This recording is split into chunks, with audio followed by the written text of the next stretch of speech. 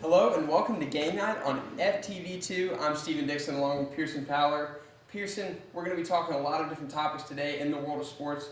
Aldon Smith and Von Miller, like what the heck's wrong with them? The bigger surprise team, the Chiefs or the Dolphins? And then Chris Edel will join us to talk about Peyton Manning and Eli Manning. All coming up on FTV Game Night.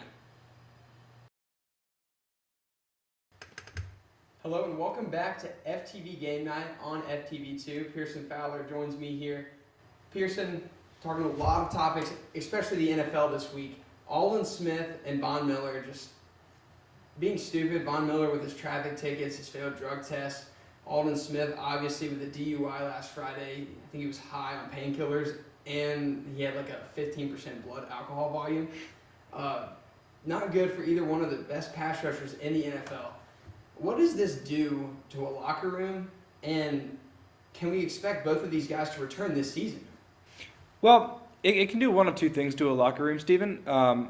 It depends on how you look at the situation. As you said, this is a stupid thing that they're doing, and obviously it's a choice to, drink excessively or to do drugs of any kind. But, I'm sure the way that Von Miller and Aldon Smith are looking at it as a problem. As we saw, Aldon Smith has recently checked into rehab, so obviously he feels like it's something that's out of his control. Something that he may have gotten himself into and now can't get himself out of. I think with Aldon Smith, you're going to see the locker room more behind him, supporting him. Obviously, he's going to have to take responsibility for his actions, but ultimately, I think you're going to see the guys in the locker room supporting him, trying to help him through this crisis of his. Obviously, it's a huge loss on the football field, but in the locker room, I think you're going to see guys rallying around him, trying to support him, help him through a tough time like this. Yeah, I remember back in the 90s, Brett Favre had a very similar problem with painkillers. I don't know if he got behind the wheel of a car and endangered people's lives there, but a lot of the guys in the Packers locker room, I think this was back in the summer of 96, he entered into rehab. Mike Holmgren made him. They returned to win the Super Bowl that season. So I think you're right there. The locker room tends to rally behind these guys because it's more than just football in a situation like this. These guys are endangering people's lives. They're endangering themselves because obviously taking excess amounts of alcohol and painkillers together just doesn't equal a good thing. Von Miller just seems like he smokes a lot of pot and lies to people, but I think he has a problem with like some of his choices that he makes. And hopefully a guy like Peyton Manning, a guy like Jim Harbaugh, Justin Smith, leaders in those locker rooms can make a difference in these guys' lives because it's a shame. They're such good football players. Aldon Smith has 37, 38 sacks through the first, 2.5, maybe a quarter season. So far in his career, he's on pace to pass Reggie White, Lawrence Taylor. I think he might even meet, Bruce Smith of the Buffalo Bills for the sack record. But he's throwing it away with twists that he's making, and it's just a sad, sad day when you see that because there's so many guys in the NFL that make these choices that are just dumb. I think they have an odd number of arrests compared to the other leagues. I think it's a real problem for the NFL that they're going to have to look at, and you're going to see the NFL come down with some discipline, and I think that's going to motivate them too. I'd be shocked to see Von Miller, Aldon Smith return in this season just because, frankly, the NFL's too concerned about their image right now, about guys getting arrested, and two of your biggest stars are, Von Miller wasn't arrested, but he's making stupid mistakes. I think he serving a actually 6-game suspension. I think he did miss court once, which is well, that was the initial, or that was the added on 2 games after his 4-game suspension for the banned substance policy. There's so many things that go on in Von Miller's life that we don't even know about yet. Aldon Smith is more of a problem that I think he just has a drug and alcohol problem. Right, and I think you do have to make a distinction there where Von Miller is just sort of making dumb decisions, being a little bit defiant, and maybe, has a problem. He missed traffic court and doing things like just smoking a lot of dope. That's a problem, but that's more of a personal choice. Whereas Aldon Smith, it seems more like this guy might actually have a problem.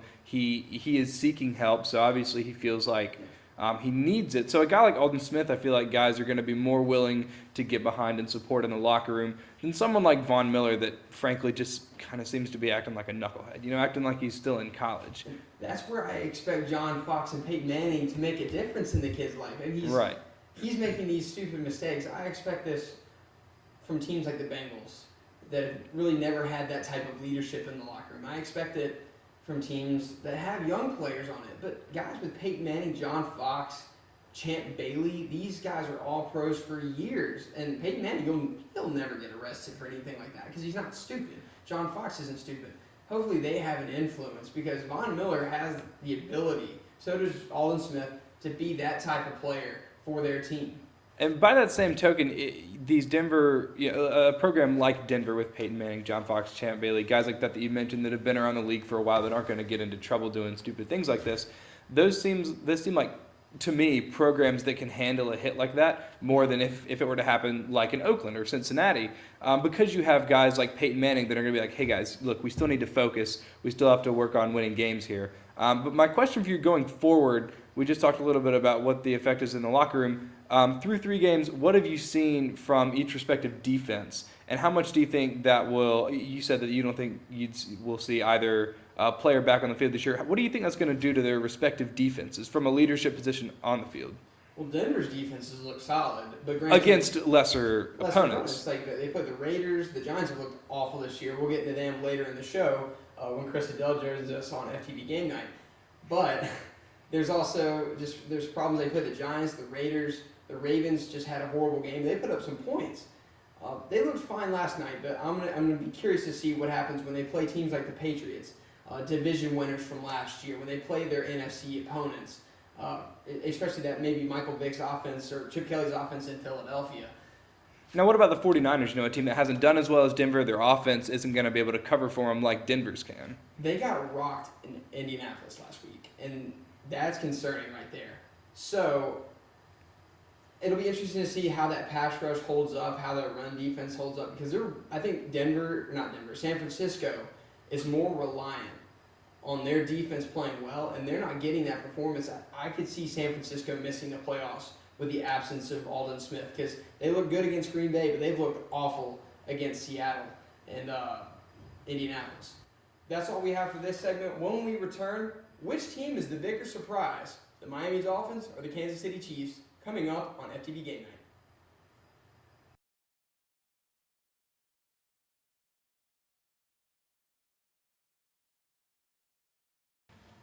Hello and welcome back to FTV GameNight. I'm Stephen Dixon along with Pearson Fowler. Pearson, going to go right into another NFL topic. Which is the more surprising team, Kansas City, Miami?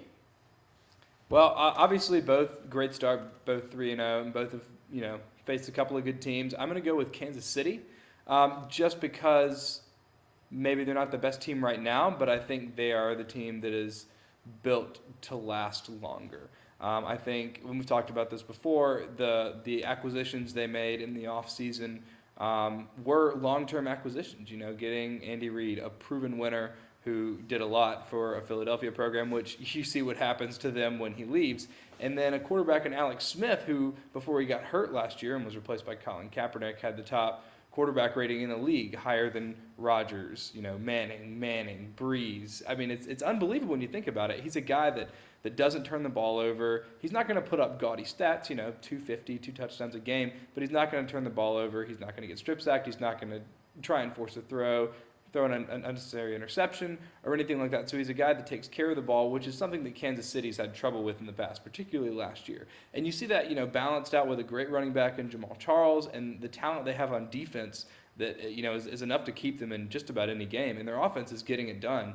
3-0 this year. They beat Jacksonville, which I don't even know if that counts. That's kind of like a preseason game. But then beat playing Jackson State or something. Yeah, exactly. Beat a pretty good Dallas team, 17-16, and then last week beat Philadelphia, who looks like they're just going to be an up and down team all year. But those are Dallas and Philadelphia are respectable teams. They're going to be in there in the NFC East until the end of the year, and Kansas City kind of handled them. So I'm going to go with Kansas City. What about you? I'm going with Miami just because. First of all, I thought they were going to be a good team this year. I like Joe Philbin and head coach. I always thought Tannehill was one of the best quarterbacks coming out of last year's class. Everybody loved Luck, obviously. Russell Wilson made noise. RG3 made a ton of noise. Those are your 3 hyped-up quarterbacks. Tannehill was kind of cast off to the side. He has a great arm. He's good in the pocket. He's winning games now. RG3 has no wins this season. Tannehill has won all 3 of his. But the big thing is the Dolphins have never started out well, and I think that part of that is just where they play. It's hot. It's September. They have a passive fan base, and teams like that just typically never start out of the gate well. I thought they were going to kind of come on late in the season, kind of like the Redskins did last year. They really weren't in the playoff mix until late, and they made it, and I thought the Dolphins would do the same thing. But I could not tell you that I thought they were going to be 3-0, because I think I read a stat today on Twitter that the only team with a worse record in the month of September in like the last 5 to 10 years, Oakland? besides Cleveland, Oh, gosh. the Miami Dolphins. They've been worse. But this year, that's not the case. They're 3-0. And I think they're going to continue to get better. They have Lamar Miller at running back. They have a nasty defense. Hopefully Cameron Wake stays healthy. You really like what you see from Tannehill. If Mike Wallace can get it going at wide receiver, that's a dangerous team. And I think they could be a threat to the New England Patriots. And that's my question for you. Are they a threat to the Patriots? They haven't looked good either. I'm going to say they are. I'm going to say that the AFC East is a pretty bad division right now. The Patriots, who normally win it without breaking a sweat, obviously with all the offseason trouble they had, are not looking good. They've scraped past a couple of not great teams. Buffalo maybe looks a little better than they have in the last couple of years, but still 1-2. Still can't seem to win the close game, except for that Carolina game. And that was a case of which team is worse in the fourth quarter. The Jets are 2-1, but I would be surprised if they exceeded 5 wins this year. So I think Miami absolutely has the tools to win the AFC East, or at least challenge for it. But that's going to be a great game, seeing Miami, who's an up and comer, against the Patriots, who are typically a perennial power, and then this year just sort of kind of falling apart after losing receivers, tight ends, just absolutely everybody. They still have Brady and Belichick, so you can never count them out. Well, they're still winning games, but they're not playing very good. You got to give some credit to that defense. The defense is making up for what they lost on offense, which is huge credit to Bill Belichick. But with Belichick and Brady, you can never count them out. And so I'm not ready to say that the Dolphins are the best team in the East, but I absolutely think that they're going to be challenging for it up until the end of the year. Yeah. I agree. I at the beginning of the season, I had Miami as number 6 team going into the playoffs. That means they're the last seed in the AFC. I think now they could be in a position to compete and beat out New England. I've watched their games. I don't think they win next week in New Orleans on a Monday night. That's just not going to happen. But I like them going forward. I think they're going to win the division. And I'm going to just come out and say it. New England hasn't looked very good at all. They beat a bad Tampa Bay team last Sunday. Their other 2 wins, let's just say, not impressive at all. Tom Brady looks out of rhythm offensively. It kind of looks like a similar situation to what Green Bay was in last season, where in the first part of the season, Aaron Rodgers and that offense kind of had a tough time getting going because that offensive line was just so bad. And there was a lot of injuries. But they got it going later in the season. The key difference with New England is that Tom Brady's working with a lot of new receivers. And for that reason, I think that they can only get better from here, which is why I'm not ready to say that the Dolphins, will win the East, because the Patriots will get better. Do you think this Dolphins team I only think it takes 10 wins to Well, win the East. that's true. But do you think this Dolphins team is going to continue to get better? Do you think they're plateauing, or do you think it's only downhill from here? The Miami team? Yeah. They're not plateauing. I think they're going to get better. I really like that defense. They're a well-coached team. And I think Joe Philbin's not getting enough credit for what he's doing there, developing that quarterback, making sure that defense stays good behind the pass rush of Cameron Wake. That's a team right there. I think they're going to continue to get better. They're going to be the kind of team, I'm not going to say 49ers level from 2 years ago where they really came out of the gate and beat everybody. They're going to win 11 games this year. I really think so. I'm a big believer in that team. All right, well, we're up against the break. Let me ask you real quick. Kansas City's chances of winning the West? It ain't going to be Denver. They're a wild card team. They're the 5 seed, easily. They look great. But things change in the NFL, and we could be easily wrong in 3 weeks. That's all for this segment. When we return, Chris Edel joins us to talk about the Manning brothers and what they're doing this season. You're watching FTV GameNight on FTV2.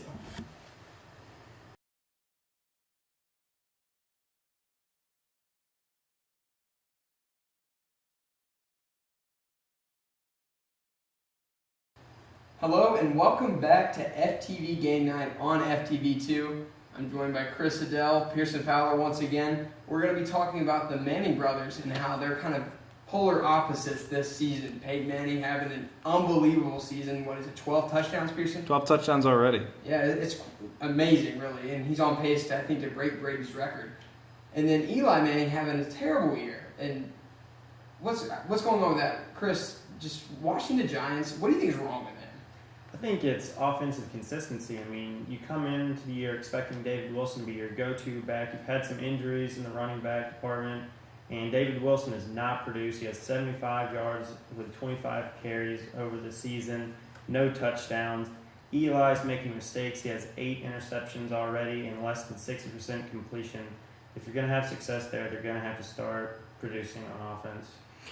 The key for me, you look at the NFL the last 10 years, the formula for winning games has been protect your quarterback and attack the opposing quarterback.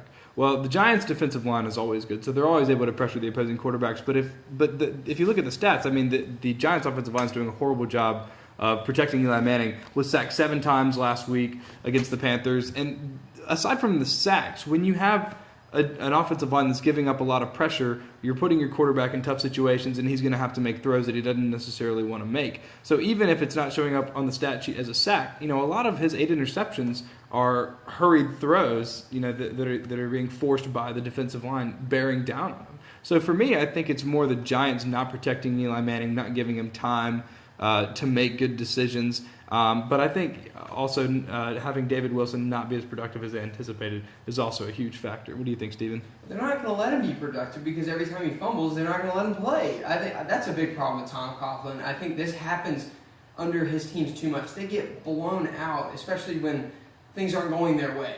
They have a lot of injuries on defense, injuries on the offensive line. It's a lot of mess right now.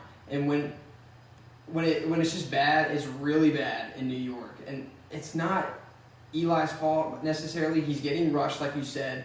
There's a lot of tip passes that just turn into interceptions. This is like a typical thing. And I'm starting to think it's really Tom Coughlin's fault for all of this. I think this is what happens when you kind of rule with an iron fist like Tom Coughlin does. The team they're mentally, they're wasted already. Mentally, they're done. I think they could recover because that's kind of what the Giants do. They're a very inconsistent team under Coughlin. I could see them winning next week. But the way they played against Carolina is absolutely awful. Yes, Carolina has a good front 7. Star Lotulelei, Luke Kuechly, John Greg Beeson, Hardy, Charles Johnson. They are a good team, especially up front. They got manhandled, but a lot of the mistakes that they make are inexcusable, and I think a lot of that is on Coughlin. A lot of it could be on Eli and the lack of leadership he might have been giving lately. He's more of a passive leader than Peyton is. Well, you've seen of Eli that he's not afraid to make a tough throw. He's not afraid to throw an interception. It doesn't mess with him like a lot of quarterbacks will throw an interception and then get down on himself. Eli's good about bouncing back from that. He can go throw an interception and then lead an 80-yard touchdown drive. But that, I don't want to call it recklessness, but just his willing to take a chance to make some tough passes he's turning the ball over a lot, which he is wont to do, but just not getting production from other positions and not getting the protection. So on top of his already sort of risky approach to the quarterback position, he's having to force even more throws. For the Giants, what do you think the upside is, like sort of the upper ceiling after this 0-3 start this year? 6-10. You're already 0-3, so you're already dug yourself a hole. It's not like this team can go 13-3. You're not going to expect this team to just recover instantly and start winning all their games. But at the same time, I think they're going to be a respectable team. What is it? They'd have to go 6-7 the rest of the way. I think that's a reasonable expectation. They have a lot of limitations defensively right now. Their secondary is atrocious. Their linebackers below average. Jonathan JPP? He's just, he's constantly hurt right now. Jason Pierre-Paul. And up front on the offensive line, they can't protect Eli. That will improve over the season, but expect them to go 6-10. What do you think, Chris? I think 6-10, 7-9. They always seem to start slow and then produce at the later half of the season. But this year, I just don't expect them to make it to 500 or the playoffs, obviously, with this inconsistency at the beginning. Well, yeah, and 0-3 starts almost impossible to bounce back from and make the playoffs.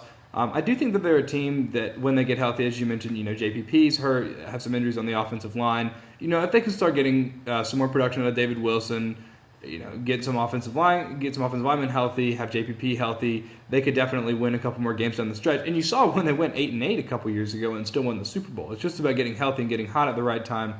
Unfortunately, I don't think that this is their year. I think that they will be fortunate to make the playoffs. I wouldn't put them there right now. I'd have to see a huge turnaround, and then have to have a lot of guys start playing better and a couple more guys get healthy. This team they're not the 2011 Giants. They're not the 2007 Giants where they had a pass rush, Michael Strahan, O.C. Umenyiora, Jason Pierre-Paul. This team, they don't have the talent right now. My big question, though, and I think this is more likely than them making the playoffs, what are the chances Tom Coughlin returns to New York next season? I don't think it's happening. I think this is his last year. Well, I'd say that he's going to have another horrible season like the beginning of this one to get fired. I don't think he's going to be fired just because of this season. Like in the past few years, I mean, they won the Super Bowl a few years ago. Like, it's not time to pull the plug, but if you don't get better production through the rest of this year and after that, I think he's done. Yeah, I agree with Chris. I'd be surprised to see him pull the plug this year. I think it's going to be a kind of a situation in New York where, as Eli goes, Coughlin goes. I think as long as they put their trust in Eli Manning, they're gonna keep Coughlin around because they've been together. Because they're sort of a team. It's like Belichick and Brady. You can't imagine one without the other hardly at this point. And after winning 2 Super Bowls, being there, he's going to have to be a couple of bad seasons. I think again, if they start 0-3 next year, I think maybe you'll start to see him more on the hot seat. But there are just too many other things going on right now. Like I said, Eli Manning making mistakes, offensive line not protecting Eli. I think there are just too many other factors to put it squarely on Coughlin, and I think you'll see him around for at least a couple more years. All right, let's shift sides here. We talked about the bad and the ugly. The perfect right now, that's Peyton Manning. 12 touchdowns, no picks so far this season, well over 1,000 yards. Looks like the MVP of the league, and it doesn't really look close. Brady struggled a little bit winning games. Drew Brees hasn't been spectacular through the year. Rodgers 1-2 through the season. Looks like Peyton's easily the front runner. Now, the big question is, can he break Tom Brady's record? And what do you expect out of Denver the rest of the season? Can they possibly go 15-1, 16-0? Because they play in a weak division, a weak conference. Could they possibly run the table? And I think it could happen. I mean, what do y'all think? Yeah, I definitely think that Peyton can break the record. He's on pace for 64 touchdowns right now. Obviously, his first 3 games with 12 touchdowns, he's not going to keep that pace, but he can definitely get to 50, I think, if things continue the same way. His receivers, Julius Thomas, Demarius Thomas, Welker, producing like they have been. So I expect them to do very well, and maybe not 15-1 or 16-0, but definitely top of the AFC, and I expect to see them in the Super Bowl. Pearson? Their offense is unmatched right now. As you mentioned, just so many weapons. Both Thomases, you got Decker, and you have great running backs. You have Hillman and Ball and Moreno. You're just getting production from every position, and their defense is doing enough to win games. They haven't played the top tier competition, and the AFC is a little bit weaker. So I think they have a good possibility of running the table this year. I think the only team that's going to have a chance to beat them is going to be another high flying offense that could keep up with them in a shootout. Because frankly, or at this point, I don't think there's anyone that can keep up with them. If another team develops later in the season, maybe. But at this point, I would say 14-2, 15-1 is pretty realistic. Well, that's all we have for this week. Tune in for the next show. We're going to be talking more NFL, more college football, all on FTV GameNight on FTV2.